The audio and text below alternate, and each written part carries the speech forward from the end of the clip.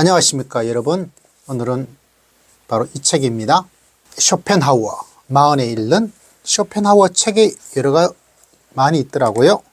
자, 오늘은 어떤 이야기를 여러분에게 전해드려야 될까요? 쇼펜하우어는 첫 번째, 삶의 고통.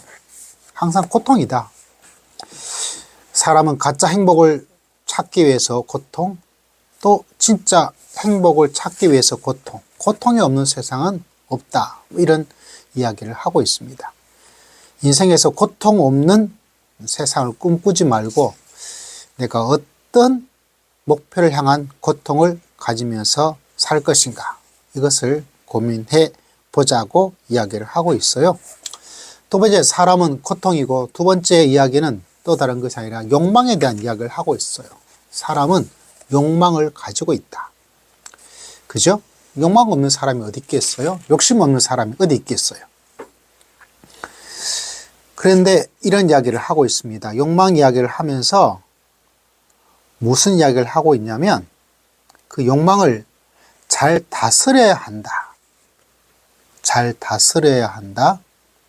그런데 여러분, 욕망을 어떻게 해야 잘 다스릴 수가 있을까요? 이것이 바로 신앙, 종교의 힘이다. 저는 이렇게 생각을 하게 됩니다. 쇼펜하우어는 욕망을 잘 다스려야 한다는 사실을 우리들에게 이야기를 해주고 있죠. 그런데 그 욕망을 어떻게 다스릴 수 있을 것인가? 어떻게 다스릴 거예요? 쇼펜하우어는 인간은 무수한 욕망의 덩어리다. 계속해서 욕망, 끊임없어요. 죽을 때까지 인간은 욕망을 합니다. 그럼 그것을 어떻게 조절할 것인가? 내 힘으로 잘 안 돼요. 기독교에서는 욕망을 죄다라고 이야기를 하고 있죠. 그걸 어떻게 다스릴 수 있어요? 많이 배운다고? 아닙니다. 훈련을 많이 한다고? 그것도 아니에요. 인간은 끊임없이, 물론 신앙을 갖고 있어도 신앙의 힘이 약해지면 욕망에 충실하게 삶을 살게 되는 거죠. 그런 의미에서 우리가 왜 신앙을 가지는 것이 욕망의 세상 속에서 얼마나 절대적으로 필요한가. 쇼펜하우어는 이렇게 말하고 있습니다. 욕망을 자각하지 않으면 고통이 꼬리에 꼬리를 물고 일어날 것이다. 그죠? 그 욕망을 자각하더라도 고통이 꼬리에 꼬리를 물고 일어납니다. 욕망을 어떻게 조절하고 살 것인가?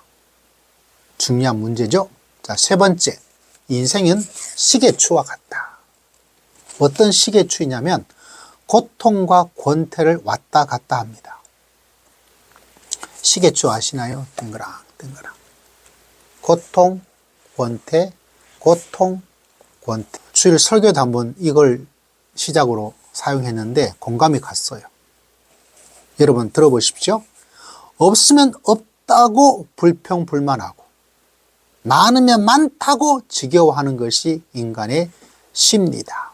결핍은 고통이고 과잉은 무료합니다. 없으면 없다고, 사람이 없으면 불평불만이 나오는 게 당연해요. 이거 없이 살 수 있다. 이거는 불가능합니다. 성경에도 보면 이스라엘 백성이 노예로부터 해방, 얼마나 좋아요? 그런데 먹고 사는 문제, 광야에서 도착하니까 없으니까 불평, 불만, 원망, 이게 나올 수밖에 없어요. 여러분은, 우리는 예외일까요? 아니에요. 저도 예외가 아닙니다. 없으면 불편은 불평, 불평은 불만, 불만은 원망으로 연결되는 게 사람이에요. 많으면 어떨까요? 불편하지 않죠. 불만도 없어요. 불평도 할 게 없죠. 그런데 삶이 지겨워요. 삶이 무료해요. 이걸 꼭 마음에 기억을 해야 됩니다. 그리고 그 무료함을 깨기 위해서, 지겨움을 이기기 위해서 자꾸 자극적인 고통스러운 잘못된 길로 가게 되죠. 쾌락, 욕심에. 그죠? 마약, 이런 것에 빠지게 됩니다. 이런 내용이 있는데 공감이 갑니다. 욕망의 최대 만족은 권태이고, 욕망을 제대로 만들면 결국 다가오게 되는 것은 행복이 아니고 권태로움이에요. 지겨움이에요. 욕망의 최대 결핍, 뭔가 원하지만 아무것도 없어. 그러면 그 사람은 고통이에요. 결국 욕망이 채워도 사람은 권태라는 고통이고요. 욕망이 채워지지 않아서 가지는 것도 삶의 고통이에요. 참 인간의 삶이 이게 뭔가 싶은 생각도 이 책을 읽으면서 가지게 되는 거죠. 근데 한 가지 주목해야 될 것이 뭐냐면 최소, 최대 결핍, 최대 만족. 최대 만족은 무료함, 최대 결핍은 고통. 최대와 최대, 너무 지나침이 없는 그 사이에 있을 그런 지혜가 우리에게 필요하다. 이런 말이 있습니다. 지나침과 미치지 못함은 같다. 쇼펜하우어 이런 말을 했대요. 저는 동의를 좀 안 하지만 인간이 모든 고뇌와 고통을 지옥으로 보내버린 천국에는 무료함밖에 남아있지 않다. 이 천국을 소망하고 살아가는 저희 입장에서는 이게 뭔가 싶어요. 그럼에도 불구하고 무슨 말을 하고 싶은지는 이해가 되기도 합니다. 천국에는 무료함밖에 남아있지 않다? 물론 그렇지는 않겠지만 아무것도 안 하지 않은 게 아니거든요. 천국은 해피엔딩으로 되어서 해피로 되는 것이 아니라 거기서 새로운 제2의 창조적 일을 행하면서 일어나게 될 것을 말을 해주고 있어요. 그러면서 무료함은 아니겠죠. 쇼펜하우어가 말하는 행복한 사람, 다른 사람에게 손 벌리지 않을 정도의 재산이 있고 최대 결핍이 없는 거죠. 여가 시간을 누릴 수 있는 뛰어난 정신력을 지닌 사람, 최대 만족으로 가지게 되는 무료함이 이겨낼 수 있는 사람. 참 이게 지혜가 필요하죠. 지혜가.